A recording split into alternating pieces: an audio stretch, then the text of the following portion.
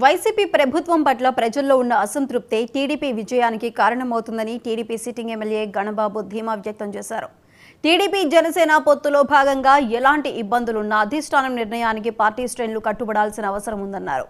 సిద్ధాంతాలు ఒకటైనప్పుడు పార్టీలతో పొత్తు పెట్టుకోవడంలో తప్పు లేదంటున్న టీడీపీ సీనియర్ నేత విశాఖ వెస్ట్ ఎమ్మెల్యే గణబాబుతో మా విశాఖ ప్రతినిధి కిరణ్ ఫేస్ టు ఫేస్. పట్నం పశ్చిమ నియోజకవర్గం సిట్టింగ్ ఎమ్మెల్యే గణబాబు మనతో ఉన్నారు.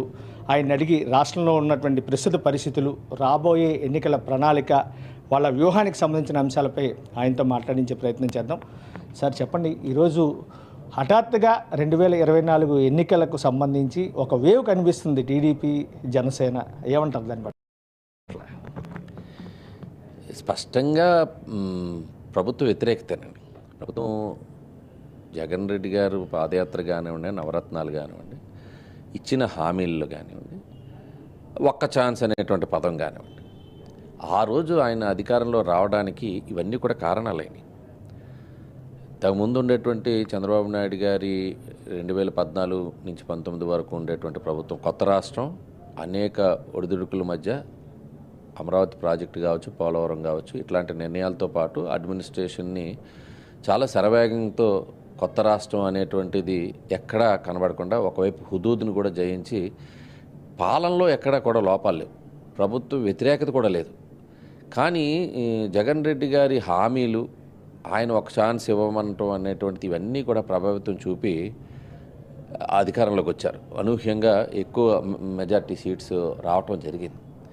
వచ్చిన తర్వాత 5 ఏళ్ల పాలన స్టార్టింగ్ నుంచి మీరు తీసుకుంటే ఒక విధ్వంసం లేకపోతే ఒక కూల్చివేతతో స్టార్ట్ అవ్వటం, ఉన్నటువంటి ప్రాజెక్టులు ఇటు 3 రాజధానులు అవనివ్వండి, ఈ డెసిషన్స్ అన్నీ కూడా, ఒకవైపు పోలవరం ప్రాజెక్టు ఆగిపోవడం, కానీ రాష్ట్ర స్థాయిలో ఉండేటువంటి ఇష్యూస్, మేజర్ ఇష్యూస్, డెవలప్మెంట్ లేదు, ఇన్వెస్టర్స్ రావట్లేదు, వచ్చిన వాళ్ళు పారిపోయారు, కొత్త వాళ్ళు రారు, ఉన్నవాళ్ళు కూడా ఎవరు కూడా ఇక్కడ ఎక్స్పాండ్ చేసేటువంటిది కానీ లేకపోతే ఇక్కడి నుంచి వెళ్ళిపోవటం అనేది జరిగింది. సో ఏ రకంగా కేవలం అప్పులతోనే ఈరోజు ఈ రాష్ట్రం ఆదాయం ఒకవైపు ఉంటే, ఒకవైపు ఏదైతే ధరలు ఒకవైపు బాగా పెరిగిపోయి నిత్యావసరాలు, ఎవరైతే పేదవాళ్ళు కూడా ఈరోజు బాగా యాంటీ ఎస్టాబ్లిష్ అవ్వడానికి కారణం కూడా ఒక రూపాయి ఇచ్చేసి 10 రూపాయలు తీసుకునేటట్టుగా ప్రభుత్వం ఉంది. కరెంటు బిల్లు కానీ, చెత్త పన్ను కానివ్వండి, నిత్యావసర వస్తువుల ధరలు కానివ్వండి, ఇవన్నీ కూడా, ఈ గ్యాస్ కూడా, ఒకవైపు పెట్రోల్ డీజిల్ గ్యాస్ కూడా ఒకవైపు డైరెక్ట్గా వాళ్ళ పైన ఈ ట్రాన్స్పోర్టేషన్ అంది పెరిగి అన్నీ కూడా ఇండైరెక్ట్గా ఓవరాల్గా అన్ని ధరలు పెరిగిపోయి, ఈవెన్ లెక్కర్ కూడా గవర్నమెంటే అమ్మటం వల్ల కూడా చాలా చెడ్డపేరు తీసుకున్నారు. పర్టికులర్గా ఈ సీట్ల సర్దుబాటు విషయానికి వచ్చేటప్పుడు ఒక రకమైనటువంటి సందిగ్ధం నెలకొంది. ఏదైతే జనసేనలో ఉన్నటువంటి పార్టీ శ్రేణులు కావచ్చు, వాళ్ళ అభిమానులు కావచ్చు, ఈరోజు తెలుగుదేశంతో ముందుకెళ్ళడం వల్ల సీట్ల విషయంలో ఏదైతే తను సింగిల్గా వస్తే బాగుండేదనే అభిప్రాయం కూడా వ్యక్తమవుతున్న పరిస్థితి. దీనివల్ల ఏదైతే సిట్టింగులు కావచ్చు, లేకపోతే టీడీపీలో పార్టీ పుట్టినప్పటి నుంచి ఉన్నటువంటి నాయకులు కొంతమందికి ఈ సీట్ల వ్యవహారంలో కొంత ఇబ్బంది ఎదురయ్యే పరిస్థితి ఉంటుందంటారా, ఉండదా?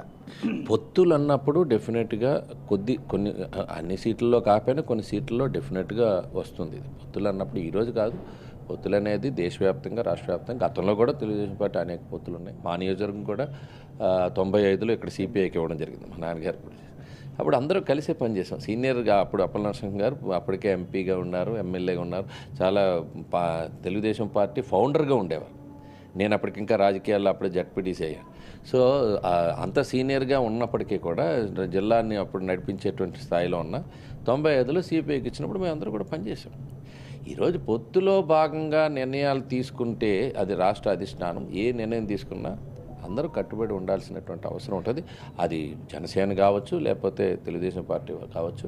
కాబట్టి ఒకరిద్దరికి ఇబ్బందులు ఉన్నప్పటికీ ఆ తర్వాత కాలంలో వారు సర్దుబాటు చేసుకోవడం జరుగుతుంది. ఇచ్చేటువంటి ప్రయారిటీ బట్టి, ప్రాధాన్యత బట్టి అధిష్టానం అందరికీ సముచితమైనటువంటి గౌరవాన్ని, స్థానాన్ని ఇవ్వడానికే ప్రయత్నం చేస్తుంది. బట్ పొత్తుల్లో భాగంగా కొంతమంది త్యాగాలు చేయాల్సినటువంటి అవసరం పడుతుంది ఇరు పార్టీల్లో. Thank you sir. ఇది ప్రస్తుతం మనం చూసుకున్నట్టయితే ఏదైతే వెస్ట్ సిట్టింగ్ ఎమ్మెల్యే గణబాబు గారు చెప్తున్న దాన్ని బట్టి చూసుకున్నట్టయితే ఖచ్చితంగా రాబోయే రోజుల్లో టీడీపీ జనసేన ఎలియన్స్తోనే రాష్ట్రంలో అధికారం ఖచ్చితంగా వస్తుందని చెప్పి, మరోవైపు ఏదైతే ప్రభుత్వం వైఫల్యమై ఈరోజు ప్రజలతో పాటు పార్టీ శ్రేణులను కూడా స్పష్టమైనటువంటి వ్యతిరేకత వ్యక్తమవుతుందని చెప్పి, అదే ఈరోజు ఇన్ఛార్జీల మార్పుతో, ఎందుకంటే ప్రభుత్వాన్ని చేయించడం సాధ్యం కాదు కాబట్టి ఇన్ఛార్జీల పేరుతోటి మార్పులు సంభవిస్తున్నాయని చెప్పి, మరోవైపు ఏదైతే ముఖ్యమంత్రిగా గతంలో ఉన్నటువంటి చంద్రబాబు నాయుడు ఆంధ్రప్రదేశ్ రాజధానికి ఏదైతే అమరావతి ఉన్నారో అదే ఖచ్చితంగా ఉంటుందని చెప్పి, మరోవైపు ఆర్థిక రాజధానిగా విశాఖపట్నాన్ని యథాతథంగా కొనసాగిస్తామని చెప్పి, తాము అధికారంలోకి వచ్చిన వెంటనే ఏదైతే గతంలో టీడీపీ ఇంప్లిమెంట్ చేసినటువంటి అన్ని ప్రజా సంక్షేమ పథకాలన్నీ కూడా ఖచ్చితంగా యథాతథంగా కొనసాగిస్తామని చెప్పి చెప్పడం జరుగుతుంది. కెమెరామెన్ రాజుతో కిరణ్ కుమార్, 99 టీవీ వైజాగ్.